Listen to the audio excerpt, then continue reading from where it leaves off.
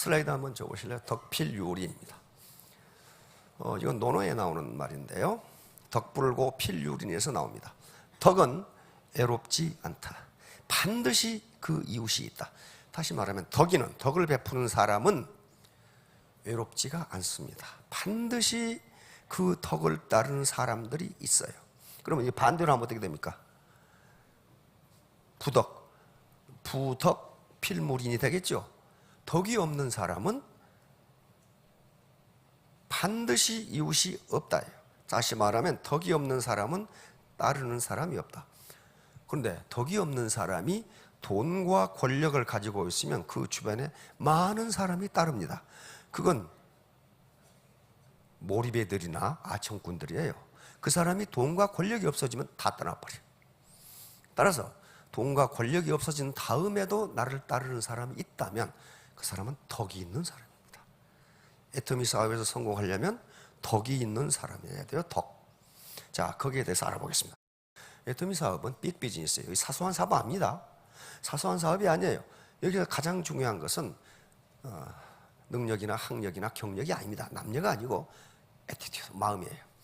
애티튜드는 마음가짐입니다. 내가 반드시 성공하겠다는 마음가짐. 이게 가장 중요해요. 이게 바로 작은 생각의 차이가 큰 결과의 차이를 가져옵니다. 이건 윈스턴 처칠이 했던 말입니다. 자, 다음. 자, 에디슨은 영재는 또는 천재는 여기서는 성공은 1% 영감과 99% 노력으로 이루어진다. 근데 에디슨 머리 좋았어요. 그런데도 99% 노력이 아니면 안 된다는 거예요. 근데 최근에 우리나라 조선업의 미쓰비시를 누르고 세계 1등으로 끌어올려버린 1등 공신이 현대중공업 회장을 11년간 하셨던 민계식 박사입니다. 그분이 이번에 인터뷰에서 한 말 보니까 1%의 영감이 아니다 그러더라고요. 그분은 0.00001%와 99.999%의 노력이 필요하다. 다시 말하면 부친으로부터 뭐라고 배웠냐 하면은 인간은 나면서부터 평등하다. 그러므로 네가 사회적 성공을 하느냐 못하느냐는 너의 노력에 달려있다. 그래 5살 때 영어로 그걸 써가지고 목에 메고 다녔다고 합니다. Man is born equal by nature. 이게 UN 인권선언이에요. 그걸 써가지고 목에. 그래서 5살 먹은 아들한테 인간관계는 어떻게 이루어진다고? 이렇게 물으면 그걸로 대답을 해요. 인간관계는 상대방을 나와 같은 사람이라고 인정할 때 이루어진다는 얘기예요, 그게. Man is born equal by nature. 이걸 5살 때부터 계속한 거예요. 그래서 그렇게 현대중공업을 세계 최고의 조선업으로 만들어버린 게 그분입니다. 그러니까 에스트의 말대로라도 우리의 모든 인간은 1%의 능력을 가지고 있어요. 문제는 다음 99%의 노력이 서포트를 해주느냐 해주지 않느냐에 달려있다. 자, 다음. 그러려면 애터미 사업이든 무슨 사업이든 성공을 하시려면은 반드시 3가지 공부를 하셔야 됩니다. 머리 공부, 이건 쿨헤드라고 하는 거예요. 합리적인 냉철한 머리. 이 정보가 과연 쓸만한 정보인지는 자기가 판단할 수밖에 없어요. 이게 사기인지 뭐인지. 두 번째는 웜하트입니다. 나 혼자 잘 먹고 잘 살겠다고 하는 사람 치고 그렇게 된 사람이 없어요. 애터미는 혼자는 절대 성공 못합니다. 스폰서와 파트너가 연합해서 한 마음이 돼야 성공할 수 있어요. 세 번째는 비지 핸드입니다. 열심히 행동으로 옮겨야 돼요. 말만 해가지고는 되질 않아요. 3가지. 3H는 자기 개인 사업을 하건 치킨집을 하건 호프집을 하건 반드시 필요해요. 성공의 3대 요소예요. 자, 다음. 자, 기회비용. 이것은 애터미 사업을 하려면은 반드시 뭔가를 지불해야 돼. 지금까지 했던 그걸 코스트, 비용, 기회비용이라고 합니다. 어떤 것을 할 수 있는 기회를 포기해야 돼. 지금까지 등산을 즐기고 개 모임도 갔고 구청에서 하는 댄스 모임도 가고 탁구도 치고 그랬어. 그런데 이 사업을 하려면 그걸 할 수 있는 기회를 포기해야 돼. 그것을 경제학에서는 코스트, 또는 opportunity cost라고 합니다. 이걸 반드시 지불해야 돼. 우리나라 여성들 그 통상 TV 연속극 보는 시간이 3시간이더라고. 그거 안 보고 포기해야 돼요. 뭔가 대가를 지불하지 않는데 거기서 소득이 나온다? 그건 있을 수가 없어요. 그러다가 어디에 걸려? 다단계 사기에 걸려. 이번에도 뉴스에 난리죠. 어떤 놈이 400억인가 떼먹고 전부 2,000명 주부들이 다 걸렸더라고. 그럼 뭐예요 이게? 대가 지불 없이 거액을 한꺼번에 벌려고 하니까 그렇게 되는 거예요. 구속이 됐는데 구속되면 뭐해? 다 룸살롱에 가서 다 술 퍼먹고 없던데. 그래 버렸어. 그러니까 절대로 땀 흘리지 않고 돈을 벌 수 있다? 그건 한국이나 미국이나 일본 같은 안정된 사회에서는 있을 수가 없어요. 자, 자기중심적 편파. 이것은 인간의 본성입니다. 인간의 본성. 다른 놈들은 설렁설렁 일하면서 돈도 잘 버는데 나는 이렇게 아침부터 저녁까지 뼈골 빠지게 일해도 돈이 안 벌리는가? 내가 지금 회사에 취직해가지고 월 300만 원 버느라고 상사한테 눈치 보이고 아침에 출근하기 싫으면 출근해야 되고 그런데 나보다 공부 못한 저 짜장면집 하는 놈은 1년에 1억을 번대. 근데 자기가 보기에 저 자식은 맨날 빈들고 놀 것 같아. 그게 자기중심적 편파예요. 이 짜장면집 하는 녀석이 1년에 1억을 벌기 위해서 얼마나 많은 노력을 했는지 너는 몰라. 결과만 보이지 그 과정이 안 보여. 그런데 자기에 대해서는 그 과정을 잘 알아. 그러니까 이런 자기중심적 편파가 나오는 겁니다.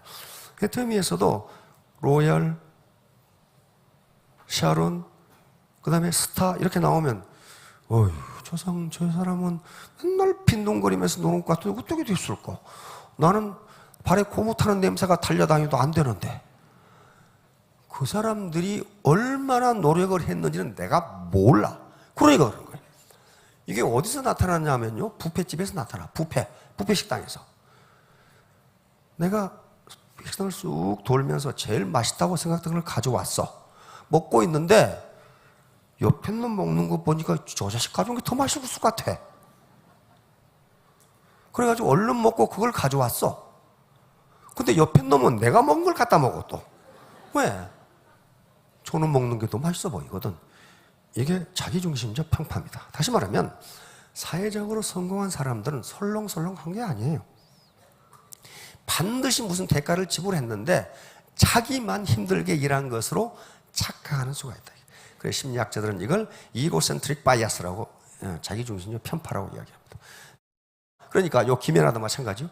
김연아가 가진 기술을 다 가르쳐 주었다고 합시다. 그렇게 됩니까? 안 돼요. 김연아처럼 훈련을 하지 않고서는 안 돼요. 그 스케이트 타다가 갑자기 뺑 도는 걸 뭐라고 그럽니까? 무슨 스핀이라고 그러더라고. 그 TV에서 김연아가 얘기하더라고. 그거 하나 연습하는데 10,000번을 했대요. 10,000번을 했는데 3,000번을 넘어졌대. 그렇게 하지 않고서는 김연아처럼 날렵하게 탈 수가 없어요. 자, 다음. 덕불고 필유린. 논어에 나오는 겁니다. 덕은 애롭지 않다. 필유린. 반드시 이웃이 있다. 반드시 이웃이 있다. Virtue is not left to stand alone. virtue는 덕자는, 덕은 마찬가지. 홀로 애롭게 있지 않다. 반드시 he who practices it will have neighbors. 이웃이 있다. 즉 덕이 있는 사람에게는 반드시 따르는 사람이 있다. 이런 말이에요. 자, 또 덕인, 특인. 덕인은 어떻게 한다? 사람을 얻는다. 그러니까 스폰서가 많은 파트너를 얻으려면 뭘 가져야 된다? 덕을 가져야 됩니다. 덕인, 특인이에요. 예를 들면 여기 지금 공자나 소크라테스나 사카 모두 제자가 3,000명으로 되어 있습니다. 그 사람들이 강제로 오라고 한 게 아니에요. 그냥 모여든 제자가 3,000명이에요. 나를 보고. 그러니까 여러분 전부 다 스폰서가 되실 분들인데 그 스폰서를 보고 저 스폰서를 따라가면 돈을 벌 수 있겠네. 이게 덕을 베푸는 거란 말이에요. 나는 저 스폰서를 따라가야지. 그렇게 모여든 사람이 자기 밑에 3,000명이 모이면 할만하지요. 할만하다고요. 그러니까 덕이 없는 사람은 그 주변에 사람이 모이는데 사기꾼들하고 몰입애들, 아청꾼들만 모여. 그래서 그 사람이 현직을 떠나면 싹 없어져 버려요. 자, 덕, 부덕, 고. 이건 제가 만든 말입니다. 덕이 없는 사람은 반드시 애롭고 필물인 이웃이 없다. 그래서 제가 항우하고 유방의 예를 들었습니다. 항우와 유방은 진시황이 진나라 통일하고 망할 이제 그 집안에 다시 천하의 주인 자리를 놓고 일어났지요. 반진봉기를 했습니다. 그런데 항우와 유방은 비교가 되잖아요. 항우는 대대로 장수 집안이고 귀족 집안입니다. 초나라에. 유방은 말단 하급 관리로 지금 같은 면장 정도밖에 안 되는 지금 아버지 어머니가 이름도 없는 그런 건달이었어요. 그런데 천하를 차지한 것은 누구예요? 유방입니다. 항우가 아니에요. 항우는 결국 이 그림에서 보는 바와 같이 양자강에 줄인 오강이라는 데서 자기가 스스로 목을 쳐서 자결을 하고 항우가 자기 몸처럼 맡겼던 오추마도 결국 오강에 빠져 죽고 맙니다. 죽고 말아요. 어떻게 왜 그렇게 됐을까? 바로 항우는 자기만 똑똑해. 자기만. 아무도 다른 사람 말을 듣지를 않아. 왜? 내가 더 똑똑하다 이거야. 유방은 참모들의 말을 그대로 들어. 왜? 나는 무식하다 이거야. 그래가지고 결국 역발상 기계에서 힘으로는 산을 뽑아버리고 그 기계는 천하를 덮을 수 있는 항우가 결국 자결로 끝을 맺게 됩니다. 유방이 승리를 해요. 그건 항우의 결정적인 것은 덕이 없어. 덕이. 자기만 똑똑해가지고 사람을 있는 대로 죽여. 유방은 엄청난 덕을 베풀었어요. 다 적지를 가면 약탈질을 안 하도록 그렇게 했어요. 왜? 유방도 욕심이 많은데 참모들이 그렇게 시킨 거예요. 그 말을 들은 거예요. 자, 돈으로 살 수 없는 것들. 점점 시장 경제가 발전하면서 돈으로 살 수 있는 것들이 많아지고 있습니다. 그러나 아직도 본질적 가치에 해당하는 것은 돈으로 살 수 없어요. 예를 들면 인격이라든가 덕이라든가 노벨상이라든가 것은 돈으로 살 수 없어요. 학위, 이것도 마찬가지예요. 살 수 있는데 사는 즉시 그 학위는 안 사니만 못하게 돼버려요. 그렇잖아요. 덕도 마찬가지. 만약에 덕을 돈으로 산다면 어떻게 돼요? 돈 많은 사람은 전부 덕이 있어야 돼. 그렇잖아요. 돈 많은 사람은 인격을 돈으로 산다면 전부 돈 많은 사람은 인격이 고매해야 돼. 안 그래요? 안 그래. 살 수 없어요. 그래서 바로 돈으로 모인 조직과 정으로 모인 조직. 돈으로 모인 조직은 돈이 생기지 않으면 흩어집니다. 정으로 모인 조직은 그 조직이 어려워지면 더 단결해. 더 단결해요. 그래서 그 어려움을 극복하고 더 좋은 조직으로 발전해. 바로 애터미의 스폰서와 파트너로 구성된 조직도 그러리라고 봅니다. 정으로 뭉쳐진 나이는요, 어려움에 직면하면 그걸 같이 극복하고 더 발전적인 조직으로 됩니다.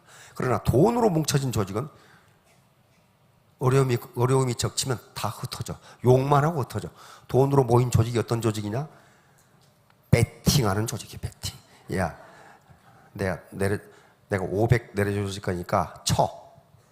그러면 받은 사람은 밑에 내려서 너 300 쳐, 너 200 쳐. 나중에 돈이 안 되면 어때요? 저것 때문에 그렇게 된다고 요거고 다 흩어져요. 그게 돈으로 모인 조직이에요. 자, 다음. 자, 덕이란 무엇인가? 덕. 자, 덕이란 글자를 잘 보면은요, 요건 행할 행자입니다. 다니는 거예요. 요건, 간다. 그 말이에요. 요것은 과거 곽골문에 보면은 직입니다. 이게 똑바를 직, 올바를 직자에 정직하다 할 때 직자입니다. 요거 뭡니까? 요거 마음심이 붙어 있죠. 그러니까 덕이라는 것은 문자 그대로, 곽골문에 나온 문자 그대로 해석하면 똑바른 마음으로 인생길을 간다. 그게 덕이. 똑바른 마음으로 인생길을 간다. 그런데 이 뜻에는 최근에 와서 이제 현대로 오면서 그 사람이 따뜻한 사람이라는 인상이 들어있게 돼 있어요. 따뜻한 사람이란 말이야. 자, 그러니까 많은 학자들은 덕은 생득적인가 후득적인가? 나면서부터 덕을 가지고 있느냐? 그렇지 않다고 봅니다.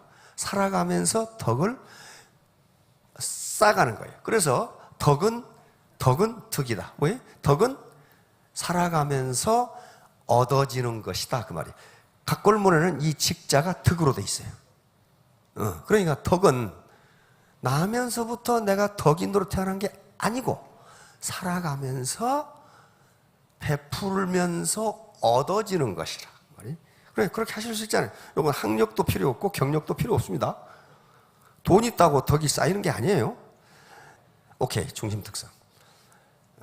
게슈탈트 심리학이라는 심리학이 있습니다. 이것은 인간은 또 모든 것은 각 부분의 산술적 합 이상이다. 그 말이. 모든 부분의 산술적 합은 산술적 합과 그 전체는 같지 않다. 그 말이. 같지 않다. 예를 들면 우리 몸이 무슨 몇 가지 원소로 구성되어 있죠. 산소, 수소, 미네랄 다 구성되어 있어요. 각 부분은 그렇게 구성되어 있어요. 그러면 그 미네랄을 다 합해서 통에 흔들면 사람이 되느냐는 거예요. 게슈탈트 심리학자는 안 된다는 거야. 전체는 부분의 산술적 합 이상이다. 그래서 이 실험을 어떻게 했느냐 하면은, 자, 대학입니다. 대학에서 강사를 소개할 때 똑같은 사람인데 A 클래스에서는 이 사람은 지적이다. 숙련된 사람이다. 근면한 사람이다. 따뜻한 사람이다. 이 말이 들어가 있어. 결의가 굳은 사람이다. 실용적인, 신중한. 똑같은 강사인데 B 클래스에서는 여기다 따뜻한 대신에 차가운 이런 말을 집어넣었어요. 학생들은 그냥 소개를 받은 거예요. 다른 것은 다 똑같아. 똑같은데 요것만 달라요. 그런데 수업이 끝난 다음에 강사를 평가하라고 했더니 따뜻한이라고 소개받은 그 반이 강사를 훨씬 긍정적으로 평가했어요. 이건 미국에 있었던 일입니다. 미국의 합리주의 사회에서 있었던 일이에요. 실용주의 사회에서. 우리 정으로 뭉쳐진 우리 유교 문화가 바탕이 된 원정주의 사회에서는 어떻게 나타나겠어요? 그러니까 여기서 게슈탈트 심리학들이 발견한 것은 요 전체를 평균하면 똑같은데 사람은 그 중에 어떤 특별한 말을 가지고 그 사람 전체를 평가해버린다. 그러니까 우리 사회에서 그게 뭐예요? 덕이에요. 저 사람은 덕이 있는 사람이다. 그렇게 평가받는 것하고 저 사람은 덕이 없어. 그래 버리면 그 사람이 능력도 있고 신중하고 정직하고 하더라도 안 통하더라는 거야. 그래서 게슈탈트 심리학자들은 정직한, 신중한 이런 것을 주변적 특성이라고 부르고 따뜻한 사람이냐 차가운 사람 이걸 중심 특성이라고 불렀습니다. 중심 특성이라고 불렀어요. 자, 그러니까 왜 그러냐 하면은 우리는 각 개인의 낱낱의 특성이라든가 낱낱의 행동을 다 기억할 수가 없어요. 그것을 종합한 걸 뭐라고 그러냐면 평판이라고 그럽니다. 평판. 저 사람은 어떤 평판을 듣고 있냐?